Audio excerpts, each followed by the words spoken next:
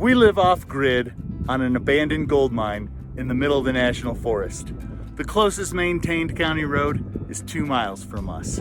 And we're saving this historic cabin from being lost to the elements. And when we first saw her from the outside, we knew she was rough. But seeing the inside, we knew we had to save her. So this summer, we turned her outside from this into this and started creating our retirement dream miles from nowhere. Let's get started on that roof. So we're gonna lay down a temporary roof that we think should last. I'll be happy if it lasts 10 years, right? Like I'm gonna just put down some 30-pound felt. We're gonna put some new roll shingle down, but we're gonna cut it in a kind of a nice pattern so it looks nice. But basically I wanted to get a roof on here on the cheap that lasts me maybe a decade and buys me time while I work on structural things and get the interior done. Well, it's been a hot day or so on the roof, but we've got it stripped down. And we knew there were some structural issues with the cabin, but they're starting to get pretty bad. And I think it's gotten worse since I've been crawling around on the roof. The teardown on the roof actually didn't go too bad. There were only 2 layers of shingles, and really it was a layer of shingles and a layer of rolled roofing material. There was no felt or underlayment underneath it. But overall it came off pretty easy. It wasn't too onerous, but let's go inside and I'll show you what the issue and challenges are. So the first thing that we noticed is the roof decking is literally just, these look like about 1x6s, and they're spanning 4 feet on the 1 inch or 7/8 inch length. And the problem that's causing is they actually want to sag. In fact, they sagged so much I broke one. Check this out. And this is just stepping on it. So there's a lot of sag, and that's too much of a span.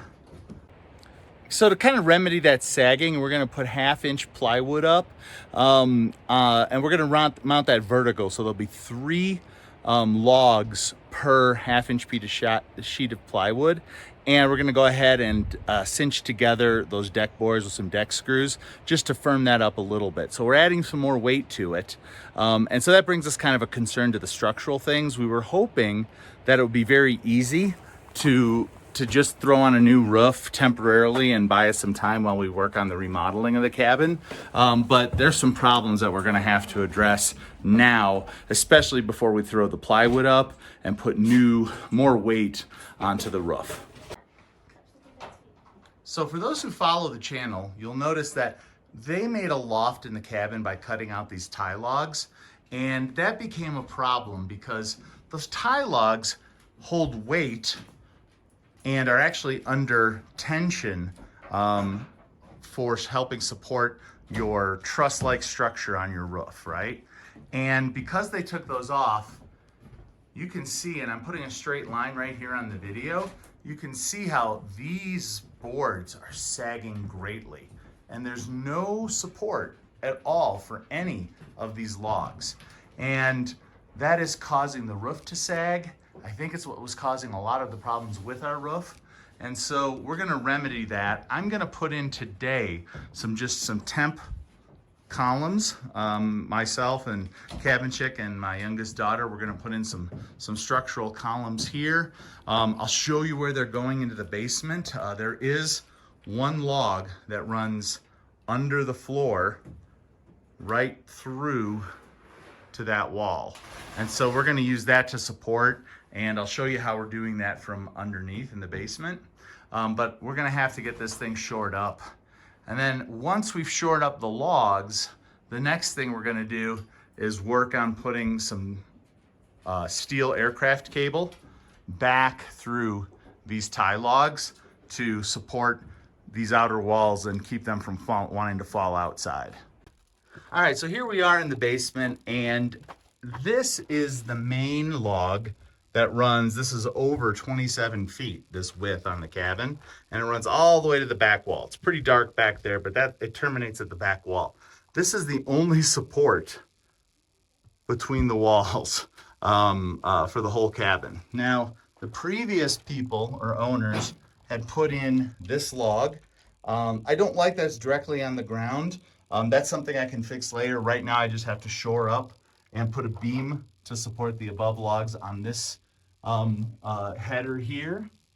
And if we go here to the background, to the back, and this is another support. It's about 8 feet away from the others. And they did not, again, use pressure treated lumber. So I'll probably throw some in between there, at least for now, and give it an additional maybe 4x4 here to help support it. And then we'll run another beam from, or another column above this set of headers here up. So we'll support the main structure and transfer some weight down to this main tie beam here, this tie log. And what I'm gonna do is I'm just gonna quick drill on both sides of the joists. And wherever the drill bit comes through, I'll have a nice little hole to know where the joists are. I'm not too worried about the holes in the floor because we're gonna be flooring this, and it's not a big deal.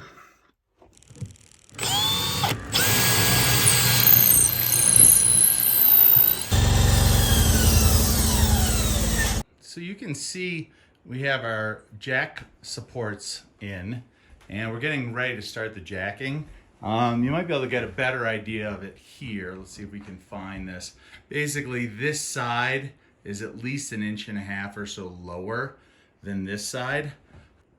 There is a significant bow here, and this beam is in really bad shape. So we're gonna now start to jack this up and just level it out. We don't want to kill the structure, we don't want to overdo it, but we do want to get it up a little bit, take the load off of it. Nothing's ever going to be perfectly square in an old place like this. So the idea is to get everything straight and properly, straight as you can, and load bearing in a proper manner. And really over the next probably 2 months or so, we're going to be doing a lot more structural work on here, but we had to get some temporary stuff in just to help out to hold the roof up since we're putting more weight on it. All right, so we went up about 1 inch, which is actually quite a lot, and I went up pretty slow. I heard what you would expect to hear in the ceiling, where, you know, as your floorboards and kind of things shift a little bit, but no major cracking, nothing in the beams. I went ahead and put in a jack post for right now. I want to let the structure rest a little bit because I'd really like to go up about another 1/4 inch. And I want to make sure I bring up these beams here about 1/4 inch or so. They don't have as much stress on them, but I want to bring them up. And when I bring these guys up, I'm gonna have to bring this guy up more. So I just wanna ease into it. We're gonna break for dinner and just let the structure relax and rest and keep going from there. All right, so I fixed this the best I can. I think I wanna wait till I do major structural to go any higher or worry about leveling it. But we do have this central beam in now, and we raised it up at least a good 2 inches. It was sagging pretty bad. And the roof line looks a heck of a lot better. But you can see when we were jacking up at this end, you can see there's quite a gap at the top that opened up. So that means they probably installed this wall while the roof was sagging. So I feel a lot more comfortable now getting back and throwing more weight on the roof. And with this temporary beam in place, and I have ordered 1/2 inch steel cable so I can run them, and some end nuts so I can run them across, and we're gonna put steel cable in to get these tie logs back in place. Biggest challenge, of course, is shipping, and it'll take me probably a week to get it. I don't have time to wait for the rain, so I'm going to start putting the sheeting up. This was a big help, so I think the steel cable can go on when it comes in. And so here is a 30 seconds. Why we can't get 1/2 inch plywood anymore is beyond me. And I think I'll start putting that on the roof a little bit later once it cools down a bit, and hopefully I can have this dried in in the next day or so, which is good because that's when the next rain is due. Cabin Chick is securing the last of the decking, and it's looking pretty good, Boo. Thank you for all your help today. Thank you. I'm getting used to the heights. Yeah, good job. And you haven't fallen off yet, so that's good. I don't like the yet part, but yeah. Well, we got the decking on today, and so that's a big victory. I think tomorrow what we got to do is trim off the overhang. All right, so what we found for the vapor barrier, or sorry, for this ice and water dam, is to pull out about, small sections, 6 to 8 feet. And it's actually pretty easy to figure that out. Sorry for my shadow. But it's marked every foot. And so just cut off of, whatever you think works right. And you just zing it off, and we'll roll it up and then unroll it onto the exposed section with the right amount of